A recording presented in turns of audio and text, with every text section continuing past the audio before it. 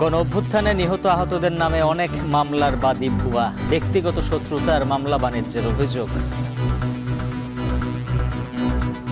আমি বাংলাদেশে ফিরে আসি 8 আগস্ট, আর মামলাটা হচ্ছে 5ই আগস্ট। কোনো রাজনীতির সাথে জড়িত না, কোনো রাজনৈতিক কমিটির সাথে জড়িত না, আমার নামে মামলা হবে এটা আমার বিশ্বাস হয় না। প্রথমে 17 বছর পর রংপুরে জামায়াতের মহাসমাবেশ, কানায় কানায় পূর্ণ জেলায় স্কুল মাঠ, আমির সহ উপস্থিত কেন্দ্রীয় নেতারা। সন্ত্রাস ও চাঁদাবাজ মুক্ত দেশ গড়তে হবে, নতুন করে ভয়ের সংস্কৃতি নয়, জুলাই পদযাত্রায় বললেন এনসিপি আহ্বায়ক নাহিদ। মুরাদনগরে ধর্ষণের ঘটনায় মব তৈরির পেছনে দুই ভাইয়ের দ্বন্দ্ব, ব্রিফিংয়ে র্যাব, প্রতিশোধ নিতে ভিডিও ছড়ায় মূল আসামি পরাণ।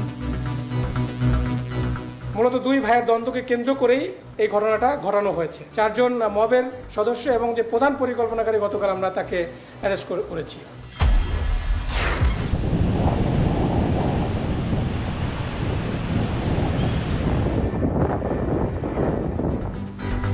সাত দিন ধরে দাবানলে পড়ছে তুরস্কের পশ্চিমাঞ্চল, নাশকতার শঙ্কা, গ্রিসেও পরিস্থিতির অবনতি, 5 প্রদেশে সতর্কতা জারি।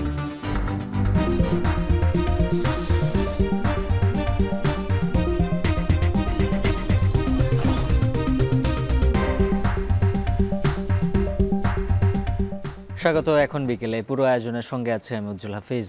24 জুলাই আগস্টের গণ অভ্যুত্থানে নিহত আহতদের নামে অনেক মামলায় ভুয়া বাদী রয়েছে। এসব মামলা মূলত করা হচ্ছে ব্যক্তিগত শত্রুতার জেরে। অনেকে আবার মামলা বাণিজ্য করছেন, এমনকি নিজের সন্তানকে হত্যা করে প্রতিবেশীকেও ফাঁসানোর ঘটনাও রয়েছে। বিস্তারিত জানাচ্ছেন জাহিদ হাসান। যাত্রাবাড়ি এলাকায় জুলাই আন্দোলনে নিহত ও হতাহতের সংখ্যা সবচেয়ে বেশি। এই এলাকার সহিংসতায় মামলাও হয়েছে বেশি। 5 আগস্ট দুপুর 2টায় যাত্রাবাড়িতে গুলিবিদ্ধ হয়ে মারা যান শাহিন। মামলার এজাহারে বলা হয়েছে তিনি একজন গাড়ি চালক। শাহিনকে হত্যার অভিযোগে ঢাকার আদালতে একটি মামলা দায়ের করা হয়, যেখানে 34 নম্বর আসামি তহিদুল ইসলাম, যিনি পেশায় একজন ব্যবসায়ী। কিন্তু আজকে এত মাস হয়ে গেল, আমি কোর্টে কেন হাজিরা দিব যে মামলায় আমি জড়িত না? তিনি অভিযোগ করেছেন ব্যবসায়িক দ্বন্দ্ব থেকে এই মামলার সূত্রপাত। ঘটনার সময় তিনি দেশের বাইরে অবস্থান করেছেন। একটা বিজনেস ট্রিপে সাংহাইতে ছিলাম, তখন 4th, 5th and 6th August. আমি বাংলাদেশে ফিরে আসি 8 আগস্ট, আর মামলাটা হচ্ছে 5ই আগস্ট। বিভিন্ন মিথ্যা মামলার আশ্রয় নিয়ে ব্যক্তির স্বার্থ উদ্ধার করার জন্য সেটারই একটা পরিকল্পনা এটা। যাত্রাবাড়ি থানার ওসি তদন্ত জানান, মামলাটি আদালত থেকে এসেছে। তদন্তকারী কর্মকর্তা যদি কোনো আসামির বিরুদ্ধে তার অপরাধের বিষয়ে প্রমাণের জন্য যথেষ্ট সাক্ষ্য প্রমাণ পায়, সেক্ষেত্রে তার বিরুদ্ধে অবশ্যই অভিযোগপত্র দাখিল হবে। আর যদি কোনো কারণে কোনো আসামির বিরুদ্ধে যথেষ্ট সাক্ষ্য প্রমাণ না পাওয়া যায়, সেক্ষেত্রে তদন্তকারী কর্মকর্তা তাকে অব্যাহতির জন্য বিজ্ঞ আদালতে প্রার্থনা জানাতে পারেন। 5 আগস্টে শেখ হাসিনা সরকারের পতনের দিন দুপুরে গুলিবিদ্ধ হয়ে মারা যান বিএনপি কর্মী মহিউদ্দিন। এ ঘটনায় 2টি হত্যা মামলা দায়ের করা হয়েছে। একটি মামলার বাদী ভুয়া, আরেকটি মামলা করেছেন আপন ভাই। থেমে আছে আপন ভাইয়ের মামলার তদন্ত। মামলাটার বাদীকে আমরা খুঁজে পাই না, মামলাটা ভুয়া, আমরা মামলাটা বাতিল করার জন্য উনি কয় কর্মু ঠিক আছে। তো উনি আমার একটা কথা বলছে যে আপনার মামলাটা আমি রানিং করে দিব, এই মামলাটা বাতিল করে দিব। কিন্তু আজ পর্যন্ত এই মামলার কোনো আমরা এই তো মামলা প্রায় তো 7 মাস হয়ে যাইতেছে। টাঙ্গাইলে এরকম হয়রানিমূলক একটি মামলায় অনেক নিরীহ লোকদের আসামি করা হয়েছে। সাবেক ফুটবলার কাজী এনামুল হক ঠিকমতো চলাফেরাও করতে পারেন না। একটি হত্যা চেষ্টার মামলার আসামি করা হয়েছে তাকে। মোহাম্মদ আনোয়ার সাদত উজ্জ্বল একজন ব্যবসায়ী। জুলাইয়ে তিনি ভারতে ছিলেন, তাকেও এই মামলায় আসামি করা হয়েছে। দুজনেই বাদীকে চিনেন না। আমি এটা বিশ্বাস করি না যে আমি তো 3 বছর যাবৎ ঘরের বাইরেই যাই না। দেখা গেলে গাড়ি ঘরের ভিতর থেকে গাড়ি ওইটা ডাক্তার কাছে যাই। আমি রিস্কোয়ারের 7 দিন থেকে দেখে ডাক্তার দেখে গেলাম। আমার ওয়াইফও এরকমই অসুস্থ, যার কারণে আমি বিশ্বাসই করি নাই যে আমি এর নামে আমি তো এরকম কারোর সাথে খারাপ কিছু করি নাই। আমার নামে মামলা কি মামলা হইব কেমনে? আমি তো কোনো আন্দোলনের সাথে জড়িত না, কোনো রাজনীতির সাথে জড়িত না, কোনো রাজনৈতিক কমিটির সাথে জড়িত না, কিন্তু আমার নামে মামলা হইব এটা আমার বিশ্বাস হয় না প্রথমে। তদন্ত করে নিরপরাধ মানুষকে বাদ দিয়ে অভিযোগপত্র দেয়া হবে জানিয়েছে পুলিশ সদর দপ্তর। ব্যক্তিগত শত্রুতা বসে যেন আসলে কাউকে যেন হয়রানি না করা হয়, এটা মানে যিনি মামলা করছেন তারও একটি দায়িত্ব। আর আমরা আমাদের দিক থেকে পেশাগত যে দায়িত্ব রয়েছে সেটি পুঙ্খানুপুঙ্খ তদন্ত করে বের করা যে আসলে প্রকৃত অর্থে ঘটনাটা কী এবং প্রকৃত অর্থে আসলে কারা কারা এটির সাথে সম্পৃক্ত, সেটি আমাদের যে পেশাগত দায়িত্ব সেটি যেন সকলে যথাযথভাবে পালন করে সেজন্য আমরা তৎপর রয়েছি, সচেষ্ট রয়েছি। মূল অপরাধীদের বিচারের আওতায় আনার জন্য কাজ করছে সরকার, জানালেন ট্রাইব্যুনালের প্রসিকিউটর। এখানে যে সকল আসামি থাকে যারা নিরপরাধ অথবা ভুলক্রমে আসামি হয়েছে অথবা অসৎ উদ্দেশ্যে আসামি হয়েছে, তাদের কিছু আইনগত জটিলতায় পড়তে হয়। এরকম আমরা দেখেছি। সরকার ইতিমধ্যে উদ্যোগ নিয়েছে মিথ্যা মামলা এবং মিথ্যা আসামিদেরকে এই মামলা থেকে অব্যাহতি দেওয়ার জন্য বা বাদ দেওয়ার জন্য একটা কমিটি গঠন করেছে। সারা দেশে মামলা বাণিজ্য ও ভুয়া মামলার অসংখ্য গল্প রয়েছে। মানুষকে হয়রানি করার চক্রগুলো সক্রিয়। জাহিদ হাসান, এখন, ঢাকা। হয়রানি ও মামলা বাণিজ্যের গভীরের তথ্য জানতে চোখ রাখুন আজ রাত 10টায় এখন টিভিতে। রংপুরে 17 বছর পর জামায়াতের বিভাগীয় মহাসমাবেশ অনুষ্ঠিত হচ্ছে। রংপুর জেলায় স্কুল মাঠে শুরু হয়েছে সমাবেশ।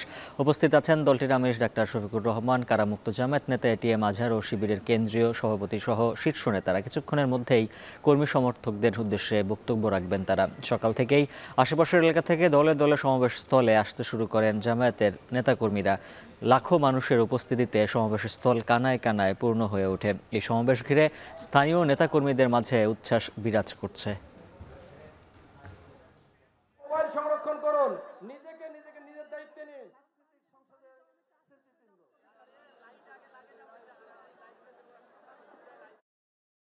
যে কোনো মূল্যে সীমান্ত হত্যা বন্ধ করার অঙ্গীকার করেছেন এনসিপির আহ্বায়ক নাহিদ ইসলাম। উন্নয়নের ছোঁয়া যেন সমানভাবে প্রান্তিক জেলা ঠাকুরগাঁও পায়, সেটাও নিশ্চিত করতে চায় এনসিপি। ঠাকুরগাঁও জুলাই পদযাত্রার 4র্থ দিনে সন্ত্রাস ও চাঁদাবাজ মুক্ত দেশ গড়ার আহ্বান জানান এনসিপির আহ্বায়ক। অন্যদিকে হাসনাত আবদুল্লাহ বলেন, নির্দিষ্ট সময়ের মধ্যে যেভাবে নির্বাচন চাইছি একইভাবে বিচার ও সংস্কার চাই। বিকেলে দিনাজপুরের পথসভার মধ্য দিয়ে রংপুর বিভাগের পদযাত্রা শেষ করবে এনসিপি। আমিরুল বাপ্পির প্রতিবেদনে থাকছে বিস্তারিত। রংপুর বিভাগে 4 দিনের জুলাই পদযাত্রার শেষ দিনে ঠাকুরগাঁওয়ে এনসিপির নেতাকর্মীরা বেলা 12টা নাগাদ তাদের স্বাগত জানাতে ঢল নামে সমর্থকদের। 1 বছর আগে প্রান্তিক এ জেলা থেকে শেখ হাসিনার বিরুদ্ধে যেভাবে গর্জে উঠেছিল ছাত্র জনতা, সেটার প্রমাণ মেলে পথসভায়। সীমান্তবর্তী জেলা হওয়ায় সীমান্ত হত্যা যেন স্বাভাবিক হয়ে গিয়েছিল হাসিনা সরকারের আমলে। এনসিপি যে কোনো মূল্যে এই সীমান্ত হত্যা বন্ধ করতে চায় বলে মন্তব্য করেন দলটির আহ্বায়ক নাহিদ ইসলাম। অভ্যুত্থান পরবর্তী ছাত্র জনতার বাংলাদেশে কোনো জেলা উন্নয়ন বঞ্চিত থাকবে না বলেও মন্তব্য করেন তিনি। ভারতের যারা মুসলিম রয়েছে তাদেরকে অবৈধ অভিবাসী বলে বাংলাদেশে পুষিং করার চেষ্টা করা হয়। আমরা হুঁশিয়ারি দিতে চাই, এটা হাসিনার বাংলাদেশ নয়, এটা গণঅভ্যুত্থান পরে ছাত্র জনতার বাংলাদেশ। বাংলাদেশ পন্থীদের হাতেই বাংলাদেশ চলবে। ফলে এই সীমান্ত হত্যা যে কোনো মূল্যে আমরা বন্ধ করব এবং উত্তরবঙ্গের ঠাকুরগাঁও সহ অবহেলিত জেলাগুলো রয়েছে, সেখানে কোনো ধরনের আঞ্চলিক বৈষম্য, অর্থনৈতিক বৈষম্য থাকবে না। পথসভা শেষ করে ঠাকুরগাঁওয়েই জুম্মার নামাজ আদায় করেন এনসিপি নেতাকর্মীরা। নামাজ শেষে গণমাধ্যমের সাথে কথা বলেন দক্ষিণাঞ্চলের মুখ্য সংগঠক হাসনাত আবদুল্লাহ। তিনি বলেন, যেভাবে নির্দিষ্ট সময়ের মধ্যে নির্বাচন চাওয়া হচ্ছে, একইভাবে বিচার ও সংস্কার হতে হবে। শহীদ আহতদের যেই বিচার এবং যেই সংস্কারের জন্য আমরা সারা বাংলাদেশে আমাদের মূল লক্ষ্য হচ্ছে, আমাদের এই নির্বাচনের আগে আমাদের কিছু শর্ত রয়েছে, অবশ্যই নির্বাচন হওয়া উচিত। টাইম ফ্রেম বেঁধে যেভাবে নির্বাচনের জন্য আমরা দাবি করছি, ঠিক একইভাবে আমরা সংস্কারটা চাচ্ছি, একইভাবে আমরা বিচারটা চাচ্ছি। আমাদের মূল লক্ষ্য হচ্ছে বিচার এবং সংস্কারের মধ্য দিয়ে যেন একটা সবার গ্রহণযোগ্য একটি গণতন্ত্রের উত্তরণের পথের দিকে আমরা যেতে পারি। এর আগে পঞ্চগড়ের আটোয়ারিতে দলীয় কার্যালয় উদ্বোধন করেন নাহিদ ইসলাম সহ অন্য নেতারা। অসাম্প্রদায়িক বাংলাদেশ গড়ার পাশাপাশি যে কোনো ফ্যাসিবাদী আচরণের বিরুদ্ধে লড়াইয়ের ঘোষণা দেন। আমরা সন্ত্রাসমুক্ত, চাঁদাবাজ মুক্ত একটা এলাকা গড়ে তুলব এবং সেই জায়গায় যুব সমাজ সবচেয়ে গুরুত্বপূর্ণ ভূমিকা পালন করবে। আপনারা যারা মুরব্বীরা আছেন আমাদের মা বোনেরা আছেন, তারা আমাদেরকে সহযোগিতা করবেন। জাতীয় নাগরিক পার্টি হিন্দু মুসলিম ধর্ম নির্বিশেষে সকল মানুষের কথা বলতে চায়। আমিরুল বাপ্পি, এখন। এক বছর পেরিয়ে গেলেও জুলাই শহীদদের মর্যাদা পাননি মোহাম্মদপুরের বিহারি ক্যাম্পের বাসিন্দা নূর হোসেন। মেলেনি সরকারি কোনো অনুদানও। পরিবারের একমাত্র উপার্জনক্ষম ব্যক্তিকে হারিয়ে মানবেতর জীবনযাপন করছে পরিবার। পেশায় অটোচালক নূরের ঘরে এখনও চলছে শোক, তবে দেখার কেউ নেই। দ্রুত এই শহীদের স্বীকৃতিসহ সকল সুযোগ সুবিধা প্রদানের দাবি জানিয়েছে বৈষম্য বিরোধী ছাত্র আন্দোলন। তৌহিদুল তারেকের প্রতিবেদন। শহীদ রনি হোসেন ফ্যাসিবাদ উৎখাতে প্রাণ দিয়েছেন জুলাই আন্দোলনে। 19 জুলাই মোহাম্মদপুর আল্লাহ করিম মসজিদের সামনে পুলিশের গুলি রনির বুক ফুটো করে বের হয়ে যায়। সেই শোক থেকে এখনো বের হতে পারেনি তার পরিবার।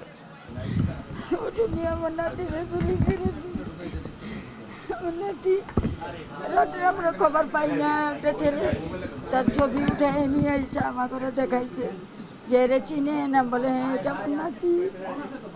আমার নাতির সরদি হাসপাতালে নিতে নিতে আমার নাতি মারা গেছে। আমার ফোনেই ছিল।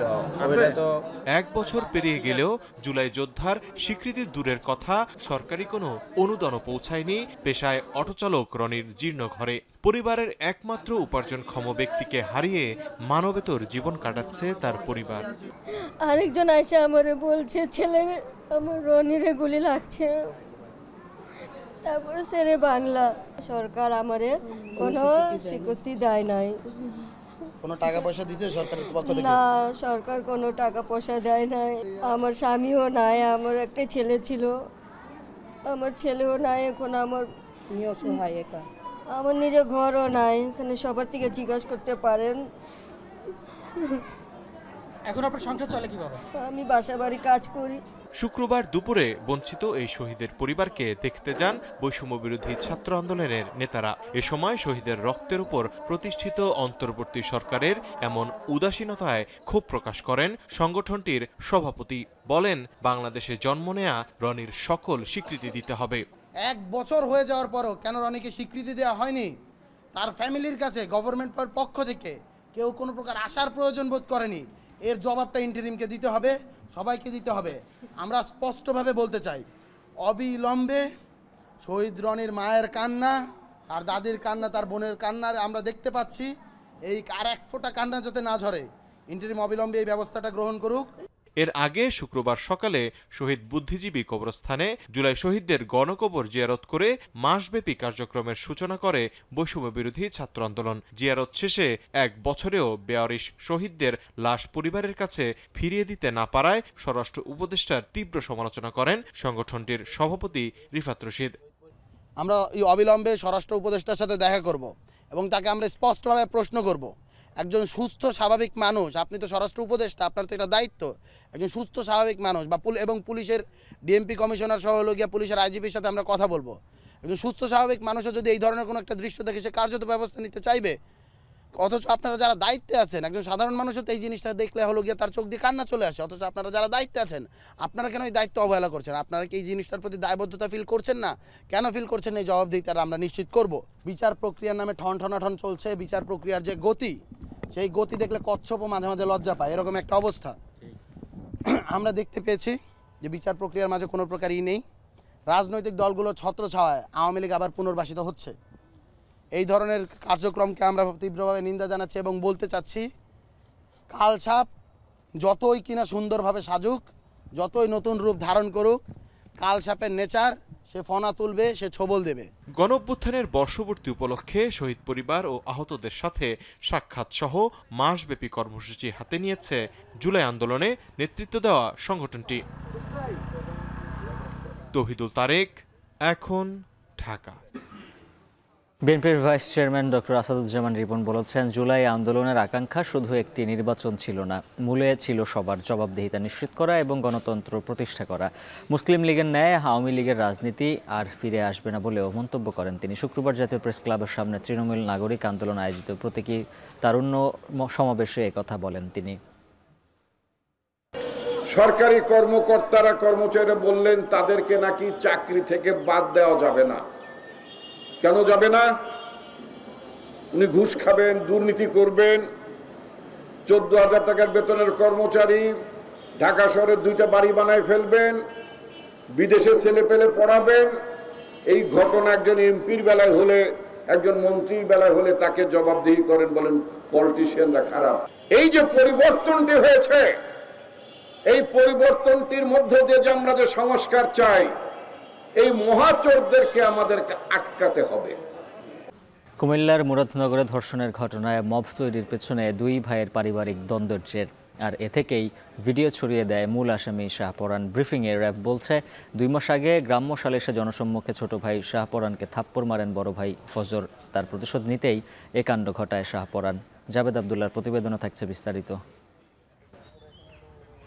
গত 26 জুন রাত 11:30 কুমিল্লার মুরাদনগরের বাহেরচর গ্রামের বাড়িতে একা থাকা অবস্থায় সুদের টাকা আদায়ের অজুহাতে ভুক্তভোগী এক নারীর ঘরে প্রবেশ করেন ফজর আলী। এর কিছুক্ষণ পরেই পূর্ব পরিকল্পিতভাবে দরজা ভেঙে ভেতরে ঢুকে পড়ে তার ছোট ভাই সহ আশপাশে অবস্থান করা আরও 8 থেকে 10 জন যুবক। পরে ভুক্তভোগী নারীকে করা হয় শারীরিক নির্যাতন, রেকর্ড করা হয় অশ্লীল ভিডিও। পরবর্তীতে সেই নির্যাতন করা ভিডিও সামাজিক যোগাযোগ মাধ্যমে ছেড়ে দেওয়া হলে দেশব্যাপী আলোড়ন সৃষ্টি হয়। 10 দিন পর তথ্য প্রযুক্তির সহায়তায় ঘটনার মূল পরিকল্পনাকারী শাহপরানকে গতকাল রাতে কুমিল্লার বুড়িচং উপজেলার কাবিলাবাজার এলাকা থেকে গ্রেপ্তার করে র্যাব 11। সংস্থাটি জানায়, ফজর আলীর ছোট ভাই শাহপরান দীর্ঘদিন ধরে ভুক্তভোগীকে উত্ত্যক্ত করে আসছিল। দুই ভাইয়ের মধ্যে পূর্ব বিরোধের জের ধরে গ্রাম্য সালিশে জনসম্মুখে অপমানিত হন শাহপরান। সেই ক্ষোভ থেকেই ভাইয়ের উপর প্রতিশোধ নিতে এ ঘটনা। মূলত দুই ভাইয়ের দ্বন্দ্বকে কেন্দ্র করেই এই ঘটনাটা ঘটানো হয়েছে এবং এই মহিলাকে এই দুই ভাই দীর্ঘদিন যাবৎ উত্ত্যক্ত করে আসছিল। সেটাই ছিল মূলত ঘটনা। এটার এই লক্ষ্য আপনারা অলরেডি জানেন যে ধর্ষক সহকারে 4 জন উত্ত্যক্তকারী, 4 জন মবের সদস্য এবং যে প্রধান পরিকল্পনাকারী গতকাল আমরা তাকে অ্যারেস্ট করেছি। এদিন সংবাদ সম্মেলনে র্যাব আরও জানায়, ঘটনার পর থেকে আত্মগোপনে ছিলেন শাহপরান। প্রাথমিক জিজ্ঞাসাবাদে শাহপরান ঘটনার পরিকল্পনা এবং ভিডিও ছড়িয়ে দেওয়ার বিষয়টি স্বীকার করেছে। সে লক্ষ্যে আমরা র্যাব আমাদের কাজ শুরু করি এবং আমাদের গোয়েন্দা তৎপরতা বৃদ্ধি করি এবং তারই প্রেক্ষিতে গতকাল আমরা এই মব সৃষ্টির যে উস্কানিদাতা বা পরিকল্পনাকারী তাকে আমরা গতকাল অ্যারেস্ট করতে সক্ষম হই। এ ঘটনায় জড়িত অন্যদের গ্রেপ্তারেও অভিযান চালাচ্ছে বলে জানিয়েছে র্যাবের এই কর্মকর্তা। 26 জুন ঘটনা ঘটল সামাজিক যোগাযোগ মাধ্যমে আসার আগে পর্যন্ত ঘটনার জানাজানি হয়নি। জাবেদ আবদুল্লাহ, এখন, ঢাকা। বিশ্ব মুসলিমের কাছে সবচেয়ে স্মরণীয় হৃদয় বিদারক দিন পবিত্র আশুরা। রোববার পুরান ঢাকার ইমামবাড়া থেকে তাজিয়া মিছিল বের হবে। এর আগে পুরান ঢাকার হোসনি দালান ইমামবাড়ায় আসতে শুরু করেছেন দর্শনার্থীরা। এবারের আয়োজনে খুশি তারা। আর তাজিয়া মিছিল সহ অন্যান্য সব প্রস্তুতি সম্পন্ন করেছে হোসনি দালান ওয়েলফেয়ার অ্যাসোসিয়েশন। আরও জানাচ্ছেন সিউল আহমেদ। বিশ্ব মুসলিমের কাছে সবচেয়ে স্মরণীয় ও হৃদয় বিদারক একটি দিন পবিত্র আশুরা। 61 হিজরির এই দিনেই ইমাম হুসাইন রাদিয়াল্লাহু তাআলা আনহু মাত্র 72 জন সহযোগী নিয়ে এজিদের 22,000 সৈন্যের এক বিশাল বাহিনীর বিরুদ্ধে শাহাদাত বরণ করেন। এর মধ্য দিয়ে সত্য ও ন্যায়ের এক মহান আদর্শ স্থাপন করে গেছেন তিনি। পৃথিবীর ইতিহাসে অন্যতম নির্মম ঘটনার সাক্ষীও আশুরা। বিভিন্ন দেশের পাশাপাশি বাংলাদেশেও আশুরার দিনটি যথাযোগ্য মর্যাদায় পালন করা হয়। রোববার সকালে তাজিয়া মিছিল শুরু হবে। তবে এর আগে থেকেই পুরান ঢাকার হোসেনি দালান ইমামবাড়ায় আসতে শুরু করেছেন দর্শনার্থীরা। বাড়ছে ভিড়। নামাজ, জিয়ারত সহ ধর্মীয় কর্ম সম্পাদনাও করতে দেখা যায় তাদের। এবার তো খুবই ভালো, আমরা আসলাম, কি সুন্দর, কোনো ঝামেলা নাই। মেয়েদের মানতে বলতে বলছিলাম যে মেয়েরা জানি ভালো থাকে বা যদি মেয়েরা সুস্থ সবল থাকে আবার আসুন ফিরা, এই কারণে আসা। ইমামবাড়ার যে আনুষ্ঠানিকতা সার্বক্ষণিকভাবে আইন শৃঙ্খলা বাহিনী নিয়ে আমাদেরকে সহযোগিতা করতেছে। সর্বপ্রথম আমি হোসেন আল ইসলামের জন্য দোয়া করলাম, কারণ ওনার ফ্যামিলিটা আমাদের জন্য যা ত্যাগ করছে সেটা আমরা ভাষা বলতে পারবো না। হ্যাঁ, আশা করবো যে ওনারা যেন আওয়াল আখের আমাদের এভাবে সাহারা দিয়ে রাখে। যিনি নানার উন্মতের জন্য নিজের জীবনকে বিসর্জন দিয়েছে, আমরা সারা বছরে একটা দিন তাদেরকে স্মরণ করার জন্য ইমামবাড়ায় আসি। এবারের পবিত্র আশুরা উপলক্ষে ঢাকায় শিয়া সম্প্রদায়ের তাজিয়া মিছিল সহ অন্যান্য কর্মসূচির নিরাপত্তায় ঢাকা মহানগর পুলিশ ডিএমপি থেকে অতিরিক্ত নিরাপত্তা ব্যবস্থা গ্রহণ করা হয়েছে। এতে খুশি দর্শনার্থীরা। অনেক প্রস্তুতি ভালো, প্রশাসনের দিক থেকেও ভালো এবং আমাদের মনের দিক থেকেও ভালো। আইন শৃঙ্খলা বাহিনীর যে সহযোগিতা খুবই ভালো, প্রশংসাযোগ্য। দোয়া করলাম আল্লাহ ভালো রাখুক সবের, দেশের অবস্থা ভালো থাকুক। এটা আমার বাচ্চারা লয়েছে, এটা তো ভালো লাগছে, এবারে দেখতে অনেক ভালো দেখা যাচ্ছে। পুরান ঢাকার হোসেনি দালান ইমামবাড়ায় শিয়া সম্প্রদায়ের 10 মুহররমের তাজিয়া মিছিল সহ অন্যান্য সব প্রস্তুতি সম্পন্ন হয়েছে বলে জানিয়েছে হোসেনি দালান ওয়েলফেয়ার অ্যাসোসিয়েশন। আজকে রাত্রে একটা আমাদের মিছিল আছে সন্ধ্যে 7টা, আর আগামীকাল হবে রাতের 10টা, তার পরের দিন সকাল 10টায় আশুরার মিছিল। আলহামদুলিল্লাহ আর এই 3-4 দিন ঠিকমতো একটু পর্যবেক্ষণ যদি আরও সুন্দরভাবে করা যায়, আলহামদুলিল্লাহ কিছু হবে না ইনশাল্লাহ, এটা আমাদের বিশ্বাস। এদিকে আশুরা উপলক্ষে ঢাকায় অনুষ্ঠেয় তাজিয়া মিছিলে যে কোনো ধরনের ধারালো অস্ত্র, লাঠি, আতশবাজি বা পটকা বহন ও ব্যবহার সম্পূর্ণভাবে নিষিদ্ধ ঘোষণা করেছে Dhaka metropolitan police. Seoul Ahmed, এখন, ঢাকা। মৌসুমে সবজি থেকে মাছের বাজার প্রায় সব কিছুরই দাম ঊর্ধ্বমুখী, যেখানে প্রকারভেদে মাছের দাম বেড়েছে 100 থেকে 150 টাকা পর্যন্ত, আর সরবরাহ কমায় সবজির দামও বেড়েছে 20 থেকে 30 টাকা। তবে অপরিবর্তিত রয়েছে মাংসের দর। তাসফিয়া উখরুজের প্রতিবেদন। বৈরী আবহাওয়ার কারণে সাপ্তাহিক ছুটির দিনে রাজধানীর বাজারে ক্রেতা সমাগম কম, তবে বেশিরভাগ সবজির দাম বেড়েছে। 2 সপ্তাহের ব্যবধানে 20 থেকে 30 টাকা পর্যন্ত বাড়তি দরে কিনতে হচ্ছে মৌসুমী সবজি। বিক্রেতাদের দাবি, ঈদের পর বাজারে সরবরাহ কমে যাওয়ায় এই ঊর্ধ্বগতি। ঝিঙে, চিচিঙ্গা, ধুন্দুল 60 থেকে 80 টাকা কেজিতে বিক্রি হচ্ছে। বরবটি ও কাঁকরোলের দাম 80 থেকে 100 টাকা, বেগুন 100 থেকে 110 টাকা। পেঁপে 30 টাকা কেজি, লাউ 60 টাকা পিস, মিষ্টি কুমড়া 30 টাকা কেজি, লতি 50 থেকে 60 টাকা কেজি, সেম দামই আছে, কিন্তু 2-3টা পণ্যের দাম বাড়ছে। বর্ষাকাল থাকার কারণে সবকিছুর দাম বেশি, যেরকম বেগুন এগুলোর দামটা একটু বেশি। ধনে পাতাটা বেশ বেড়ে গেছে, এটা যেটা আগে 20 টাকা দিয়ে 250 গ্রাম পেতাম, এখন সেটা 100 গ্রামই 40 টাকা। মরিচের দামটা একটু বেশি লাগতেছে, আর তুলনামূলকভাবে পেঁয়াজের দাম ঠিক আছে, আলুর দামও কম। একই চিত্র মাছের বাজারেও। কারণ বাজারে প্রতি কেজি রুই 600 থেকে 800 টাকা, চাষের কই 200 থেকে 220 টাকায় কিনছেন ক্রেতারা, যা গত সপ্তাহের তুলনায় বেশ চড়া। দাম বর্তমানে অনেক বেশি। এই যে 1 কেজি 300-400 গ্রাম মাছ, এটি বিক্রি করতে 2600-2700 টাকা কেজি। মাছের দাম একটু চড়া আজকে, আর বাজার পরিস্থিতি মুরগির দামও চড়া। এদিকে বাড়তি দরে বিক্রি হচ্ছে বিভিন্ন রকমের চাল। মিনিকেটের কেজি 78 থেকে 80 টাকা, আটাশ চাল 55 থেকে 58 টাকা, নাজির শাল বিক্রি হচ্ছে 78 থেকে 80 টাকায়। এই 3টা যে চালের দাম অত্যাধিক বাড়ছে, কিন্তু এই টাইমে বাড়ার কথা না। তাজফিয়া উখরোজ, এখন, ঢাকা। দেশের বেশিরভাগ জেলায় গেল 1 মাস ধরে বাড়তি চালের বাজার। সরবরাহ ঘাটতি না থাকলেও বাড়তি দাম নিয়ে খোরা যুক্তি ব্যবসায়ীদের। এছাড়া চড়া বেশিরভাগ সবজির দাম, তবে সবথেকে বেশি দামে বিক্রি হচ্ছে বেগুন। এদিকে স্বস্তি নেই মাছ ও মাংসের বাজারেও। বিস্তারিত প্রতিবেদনে। চট্টগ্রামের কর্ণফুলী বাজার। চালের সরবরাহে কোনো ঘাটতি না থাকলেও গেল 1 মাস ধরেই দর বাড়তি। 50 কেজির বস্তায় 250 থেকে 300 টাকা পর্যন্ত বেড়েছে চালের দাম। পাইকারি বাজারে দাম বাড়ায় প্রভাব পড়েছে খুচরা বাজারে। ব্যবসায়ীরা বলছেন, কাটারি, জিরা শাইল, নাজির শাইল ও মিনিকেট সহ প্রায় সব ধরনের চালের দাম বেড়েছে কেজিতে 4 থেকে 9 টাকা পর্যন্ত। পরিবহন খরচ বাড়ায় ও বড় প্রতিষ্ঠানের মজুদের কারণে দাম বৃদ্ধি বলছেন ব্যবসায়ীরা।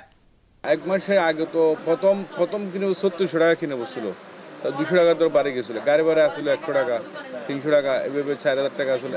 নতুন চালটাও আগের দামে চলে আসতেছে, বেড়ে গেছে আবার 100-150 টাকা বেড়ে গেছে, গাড়ি ভাড়া বেশি, ওই অজুহাত দেখায় বলতেছে ধানের দাম বেড়ে গেছে। একই পরিস্থিতি কুষ্টিয়ার খাজানগরে। প্রশাসনের অভিযানকে বৃদ্ধাঙ্গুলি দেখিয়ে বাড়তি দামে চাল বিক্রি করছেন ব্যবসায়ীরা। কেজিতে 3 থেকে 4 টাকা বেড়ে মিনিকেট চাল বিক্রি হচ্ছে 78 থেকে 80 টাকায়, আর বাসমতি বিক্রি হচ্ছে 94 টাকায়। এছাড়া কাজললতা চাল কিনতে ক্রেতাদের গুনতে হচ্ছে 68 থেকে 70 টাকা। চালের বাজার ঘুরে ক্রেতা যখন সবজির বাজারে স্বস্তি নেই সেখানেও। সপ্তাহের ব্যবধানে পটল, কাঁকরোল, ঢেঁড়স সহ বেশিরভাগ সবজির দাম বেড়েছে 10 থেকে 30 টাকা পর্যন্ত। তবে সবথেকে বেশি দাম বেড়েছে বেগুনের। গেল সপ্তাহে প্রতি কেজি বেগুন 60 টাকায় বিক্রি হলেও আজকের বাজারে বিক্রি হচ্ছে 100 থেকে 110 টাকায়। এদিকে সাপ্তাহিক ছুটির দিনে বরিশালের বাজারে বেড়েছে ক্রেতার ভিড়। তবে সরবরাহ কম থাকার অজুহাতে চড়া ইলিশের বাজার। ক্রেতারা বলছেন, গেল সপ্তাহে 1800 থেকে 2000 টাকায় ইলিশ মাছ বিক্রি হলেও আজকের বাজারে বিক্রি হচ্ছে 1300 থেকে 2500 টাকায়। শামীমা রহমান শাম্মী, এখন। কক্সবাজারের চকরিয়ায় নিয়ন্ত্রণ হারিয়ে বাস খাদে পড়ে 2 জন নিহত হয়েছেন, গুরুতর আহত হয়েছেন অন্তত 5 জন। এদিকে পাবনায় বাস ও ট্রাকের মুখোমুখি সংঘর্ষে 3 জন নিহত ও 9 জন আহত হয়েছেন। বৃহস্পতিবার দিবাগত রাতে চকরিয়ার হারবাং ইউনিয়নের গোয়ালমারা এলাকায় চট্টগ্রাম কক্সবাজার মহাসড়কে দুর্ঘটনা ঘটে। রাত 2:30টার দিকে বাসটিকে ক্রেনের সাহায্যে খাদ থেকে তোলা হয়। এ সময় বাসের জানালায় ঝুলন্ত এক যুবকের মরদেহ এবং নিচে চাপা পড়ে থাকা আরও এক যাত্রীর মরদেহ উদ্ধার করা হয়। বাসটিতে চালক, সহকারী সহ মোট 40 জন যাত্রী ছিলেন বলে জানিয়েছে পুলিশ। যাত্রীদের দাবি, বৃষ্টির কারণে সড়ক পিচ্ছিল হয়ে যাওয়ায় ও অতিরিক্ত গতির কারণে নিয়ন্ত্রণ হারায় বাসটি। এদিকে পাবনায় বাস ও ট্রাকের সংঘর্ষে 3 জন নিহত, 9 জন আহত হন। সকালে সাথিয়া উপজেলার পাবনা ঢাকা মহাসড়কের পূর্ব বনগ্রাম এলাকায় এই ঘটনা ঘটে। পুলিশ ও প্রত্যক্ষদর্শীরা জানায়, নবাবগঞ্জ থেকে ছেড়ে আসা যাত্রীবাহী পাবনা এক্সপ্রেস বাসের সাথে বিপরীত দিক থেকে আসা পাথর বোঝাই ট্রাকের সংঘর্ষ হয়। এ সময় ঘটনাস্থলেই নিহত অবস্থায় 3 জনকে পাওয়া যায়। পরে দুর্ঘটনায় আহত 9 জনকে উদ্ধার করে হাসপাতালে ভর্তি করা হয়। দুর্ঘটনায় নিহত 2 জনের পরিচয় পাওয়া গেলেও 1 জনের পরিচয় নিশ্চিত হওয়া যায়নি।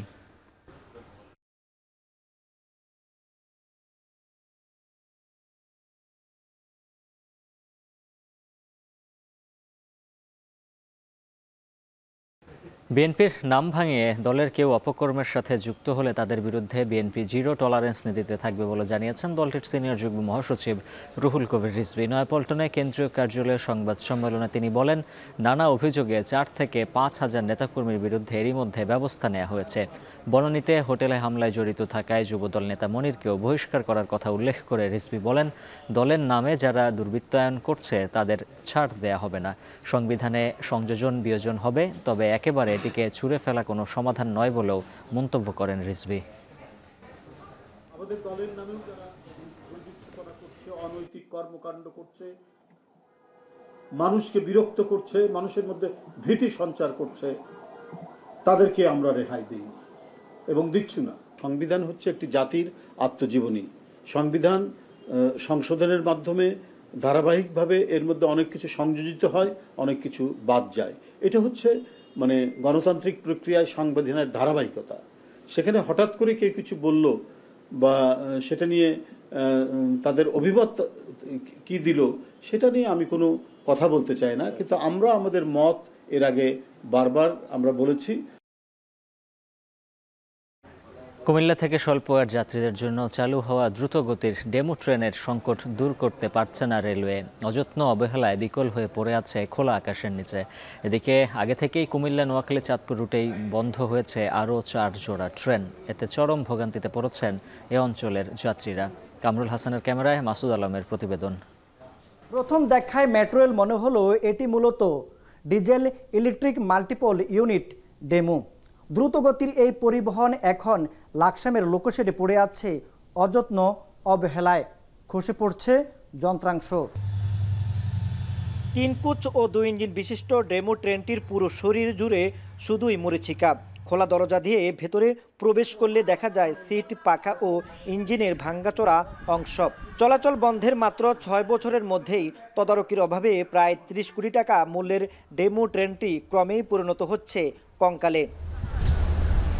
2012 সালে চীন থেকে আমদানি করা হয়েছিল 20টি ডেমো। খরচ হয় প্রায় 650 কোটি টাকা। 30 বছর সেবা দেওয়ার কথা থাকলেও 2020 সালে মাত্র 8 বছরেই বিকল হয়েছে প্রায় সবগুলো। কুমিল্লা অঞ্চলে চালু হওয়া 4 সেট ডেমোর সবই এখন অচল। ডেমোগুলো মেরামতের সক্ষমতা না থাকায় আবারও ভোগান্তিতে পড়েন এই অঞ্চলের যাত্রীরা। একটা ট্রেন মানে অনেকগুলো বাসের যাত্রী একবার নিয়ে যেতে পারতো, এখন সেই ডেমো ট্রেনগুলো বন্ধের কারণে তো আমাদের বাসমুখী হচ্ছে। আমাকে ইমার্জেন্সি যেতে হচ্ছে, তো আমি যদি এই যে লোকাল যে ডেমো ট্রেনগুলো থাকে ওগুলো যদি থাকতো তাহলে আমি এই সুবিধাটা পেতাম। কুমিল্লা, নোয়াখালী ও কুমিল্লা চাঁদপুর রুটে 20 জোড়া ট্রেন এবং কুমিল্লা, ঢাকা ও কুমিল্লা চট্টগ্রাম রুটে 34 জোড়া ট্রেন সহ লোকাল ও আন্তনগর মিলিয়ে মোট ট্রেন ছিল 54 জোড়া। এর মধ্যে 5 বছরে বন্ধ হয় 18 জোড়া ট্রেন, যার মধ্যে ডেমো রয়েছে 4 জোড়া। বর্তমানে পূর্বাঞ্চলে আন্তনগর ও লোকাল মিলিয়ে মোট 36 জোড়া ট্রেন চলাচল করলেও তাতে 2/3 পূরণ হয়। বাকিরা বাধ্য হয়ে সড়ক পথ ব্যবহার করেন। গেল অর্থ বছরে পূর্বাঞ্চলের এই 4টি রুটে টিকিট বিক্রি হয় প্রায় 20 কোটি টাকার, আর চলতি অর্থ বছরের 10 মাসে বিক্রি হয়েছে প্রায় 18.5 কোটি টাকার টিকিট। রেলপথ এখনও স্বল্প আয়ের মানুষের সবচেয়ে নির্ভরযোগ্য ও সাশ্রয়ী যোগাযোগ মাধ্যম, কিন্তু চাহিদার তুলনায় এই রুটগুলোতে রয়েছে ট্রেনের সংকট। যে কয়েকটি চলছে তাও ধুঁকছে লোকবল সংকটে। তবে যাত্রীরা সবচেয়ে বেশি ক্ষতিগ্রস্ত হয়েছে ডেমু বন্ধে, তাই এসব রুটের যাত্রীদের ভোগান্তিও বেড়েছে কয়েক গুণ। অনেক লোকাল যাত্রীরা আন্তনগর ট্রেনে ভ্রমণ করতে পারে না, স্বল্প খরচে তারা ভ্রমণ করতে চায়। ডেমোগুলাতে যথেষ্ট আর্নিং ছিল আগে, এখন ভবিষ্যতে যদি গাড়ির ব্যবস্থা উদ্বোধন কর্তৃপক্ষ করে তাহলে মোটামুটি যাত্রীর চাহিদা এটা কভার করবে। রেলওয়ে পূর্বাঞ্চলের করিডোর খ্যাত কুমিল্লায় এমনিতেই চাহিদার তুলনায় ট্রেনের সংখ্যা অপ্রতুল, তার উপর ডেমু বন্ধে সেই সংকট আরও প্রকট হয়ে উঠেছে। এই রোডে বিশাল থেকে বিশালে লাস্টে নষ্ট হয়েছে রে, বিশালে সেপ্টেম্বর থেকে এটা নষ্ট। কষ্ট করে অনেক সময় চাঁদপুরে প্রয়োজনে বাইরে উঠে যাইতে হয়, বুঝছেন? আমরা দেখি সমস্যা আছে, যাত্রীরা তো আরো সমস্যা। চাঁদপুর রোডে তো কোনো ট্রেনে নাই, কুমিল্লা থেকে নোয়াখালীর দিকে ট্রেন নাই। ডেমোগুলো যদি পুনরায় মেরামতের উদ্যোগ নেওয়া হয়, আমার মনে হয় যে প্যাসেঞ্জারের যেই চাহিদা, এই চাহিদাটা পূরণ হবে এবং যাত্রীদের যেই মান উন্নয়ন এবং স্বল্প সময়ে স্বল্প ব্যয়ে গন্তব্যে পৌঁছানো, এটা আবার পুনরায় শুরু করা সম্ভব হবে। যথাযথ প্রযুক্তি জ্ঞান ও দক্ষ জনবল না থাকায় কুমিল্লার 4 সেট ডেমু মেরামতের চেষ্টাই করেনি মন্ত্রণালয়, তাই স্থায়ীভাবে অচল হয়ে কুমিল্লা লাকসাম ও চট্টগ্রামের লোকোশেডে পড়ে আছে ট্রেনগুলো। মাসুদ আলম, এখন, কুমিল্লা। টানা 7 দিন ধরে দাবানলে পুড়ছে তুরস্ক। দেশটির পশ্চিমাঞ্চলে প্রাণ গেছে অন্তত 2 জনের। পরিস্থিতির অবনতি হয়েছে গ্রিসেও। দেশটির পূর্বাঞ্চলীয় ক্রিট দ্বীপ থেকে ছড়িয়ে পড়া দাবানলের প্রভাবে 5 অঞ্চলে ক্যাটাগরি 4 মাত্রার সতর্কতা জারি করেছে প্রশাসন। রাজধানী এথেন্স থেকে সরিয়ে নেওয়া হয়েছে কয়েক হাজার পর্যটক ও স্থানীয়দের। আরও জানাচ্ছেন সতীর্থ কর্মকার। বদলে গেছে তুরস্কের পশ্চিমাঞ্চলীয় ইজমি প্রদেশের চেহারা। আগুনের লেলিহান শিখায় কমলা হলুদ রঙে ছেয়ে গেছে গোটা অঞ্চল, যেন কোনো সিনেমার দৃশ্য এটি। 7 দিন ধরে চলমান এই দাবানলের কারণ অনুসন্ধানে যখন তুরস্কের আইন শৃঙ্খলা রক্ষাকারী বাহিনীর নাজেহাল দশা, তখন দেশের বিভিন্ন স্থানে অগ্নিসংযোগের দাবি করছে কুর্দি সমর্থিত একটি অখ্যাত সংগঠন চিলড্রেন অফ ফায়ার। যদিও মূল দাবানলের সঙ্গে তাদের সম্পৃক্ততা আছে কিনা সে সম্পর্কে নিশ্চিত হওয়া যায়নি। দাবানল এখনও নিয়ন্ত্রণে না আসায় 50,000 বাসিন্দাকে ছড়িয়ে নেওয়া হয়েছে নিরাপদ স্থানে। পরিস্থিতি পর্যবেক্ষণ করছেন ইজমির মেয়র চেমিল তুগে। দেশটির রাষ্ট্রীয় সংবাদ মাধ্যম আনাদোলু বলছে, হেলিকপ্টার ও বিমান থেকে ক্রমাগত পানি ছেটানো হলেও তীব্র তাপপ্রবাহ ও শুষ্ক আবহাওয়ায় ব্যাহত হচ্ছে কার্যক্রম। বন্ধ রাখা হয়েছে ইজমি থেকে সেসমের পর্যটন এলাকাগুলোতে যাওয়ার সড়কপথ। আনাদোলু আরও নিশ্চিত করেছে, গেল বৃহস্পতিবার নতুন করে দাবানল ছড়িয়ে পড়েছে দেশটির দক্ষিণাঞ্চলীয় প্রদেশ আন্টালিয়া এবং বৃহত্তম শহর ইস্তাম্বুলের বাইরের কয়েকটি বিস্তীর্ণ এলাকায়। দাবানল পরিস্থিতির অবনতি হয়েছে গ্রিসেও। শুক্রবার স্থানীয় সময় বিকেল থেকে রাজধানী এথেন্সের আশেপাশের এলাকার দাবানল সামাল দিতে হিমশিম খাচ্ছে স্থানীয় দমকল বিভাগ। 5টি রাজ্যে জারি হয়েছে উচ্চ দাবানল সতর্কতা। ক্যাটাগরি 4-এর ঝুঁকিতে থাকা এই অঞ্চলগুলো থেকে এরই মধ্যে সরিয়ে নেওয়া হয়েছে 5,000 বাসিন্দা ও পর্যটককে। এত দ্রুত দাবানলটি ছড়িয়ে পড়ছে যে এথেন্সের বিমানবন্দর থেকেও দেখা যাচ্ছে আগুনের ধোঁয়া। এছাড়াও দাবানল সতর্কতা জারি থাকায় চলতি মাসে ফসলের উচ্ছিষ্ট ও ক্ষেত পোড়ানো নিষিদ্ধ করেছে প্রশাসন। এদিকে প্রথম দফার পর দ্বিতীয় তাপপ্রবাহের প্রস্তুতি নিচ্ছে ইউরোপবাসী। প্রচণ্ড গরমে ইউরোপের বিভিন্ন দেশে এখনও পর্যন্ত কয়েকজনের মৃত্যুর খবরও পাওয়া গেছে। উত্তর গোলার্ধে বছরের উষ্ণতম মাস জুলাই আসার আগে যেভাবে স্পেন ও পর্তুগাল উষ্ণতম জুনের রেকর্ড ছাড়াচ্ছে, তাতে করে দ্বিতীয় ধাপে এই দাবদাহ আরও বেশি স্থায়িত্ব নিয়ে ফিরে এলে পরিস্থিতি কোন দিকে গড়াবে তা নিয়ে শঙ্কায় ইউরোপের বাসিন্দারা। এমনকি কোথাও কোথাও পরমাণু বিদ্যুৎ কেন্দ্র বন্ধ করে দিতে হতে পারে কর্তৃপক্ষকে। সতীর্থ কর্মকার, এখন, বিশ্ব। শেষ 2 মাসে 2 শিরোপা আর 2 সপ্তাহ আগে বিয়ে, সবকিছুকে স্মৃতি বানিয়ে লিভারপুলের পর্তুগিজ তারকা ডিয়েগো জোটা চলে গেলেন পরপারে। তার অকাল প্রয়াণে ফুটবলে চলছে শোকের মাতম। ক্লাব লিভারপুল পুরোপুরি অবসরে পাঠিয়েছে জোটার স্মৃতি বিজড়িত 20 নম্বর জার্সিকে। আরও জানাচ্ছেন জুবাইর আহমেদ। অ্যানফিল্ডের বাইরে হাজার হাজার ফুল, সঙ্গে ভক্তদের কান্না ভেজা চোখ। সব আয়োজন ডিয়েগো জোটার জন্য। 2020 সালে এসেছিলেন, 20 নম্বর জার্সি বেছে নিয়েছিলেন। লিভারপুলের 20তম ইংলিশ লিগ শিরোপার অংশ ছিলেন, কিন্তু লিভারপুল শহরের লাল অংশটায় জোটার দিন ফুরলো খুব দ্রুতই।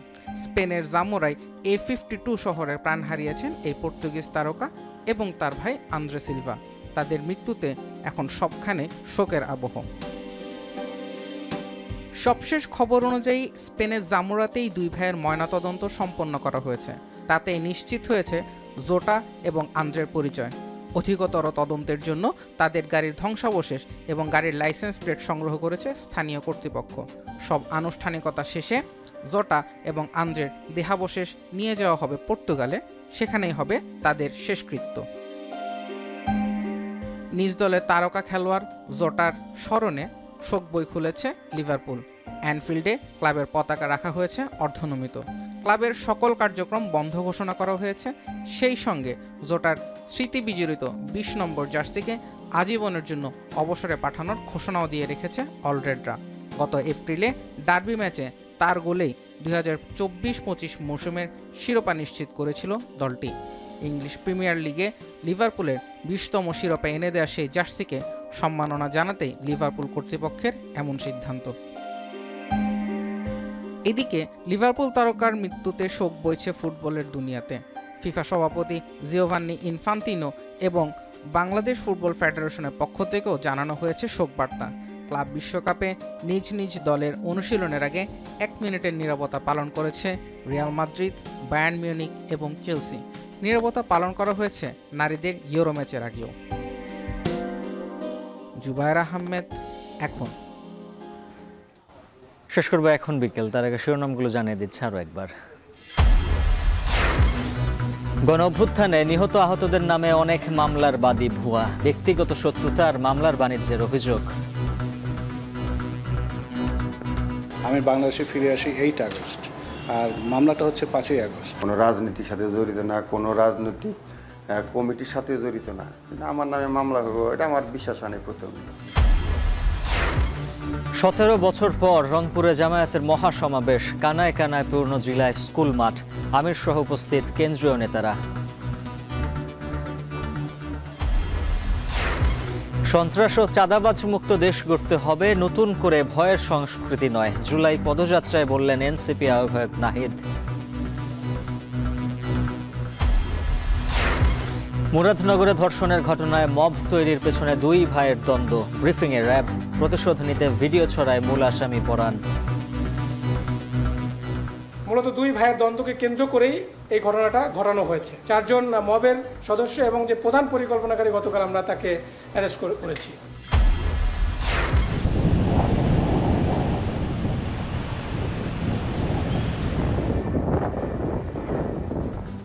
7 দিন ধরে দাবানলে পড়ছে তুরস্কের পশ্চিমাঞ্চল, নাশকতার শঙ্কা, গ্রিসেও পরিস্থিতির অবনতি, 5 প্রদেশে সতর্কতা জারি।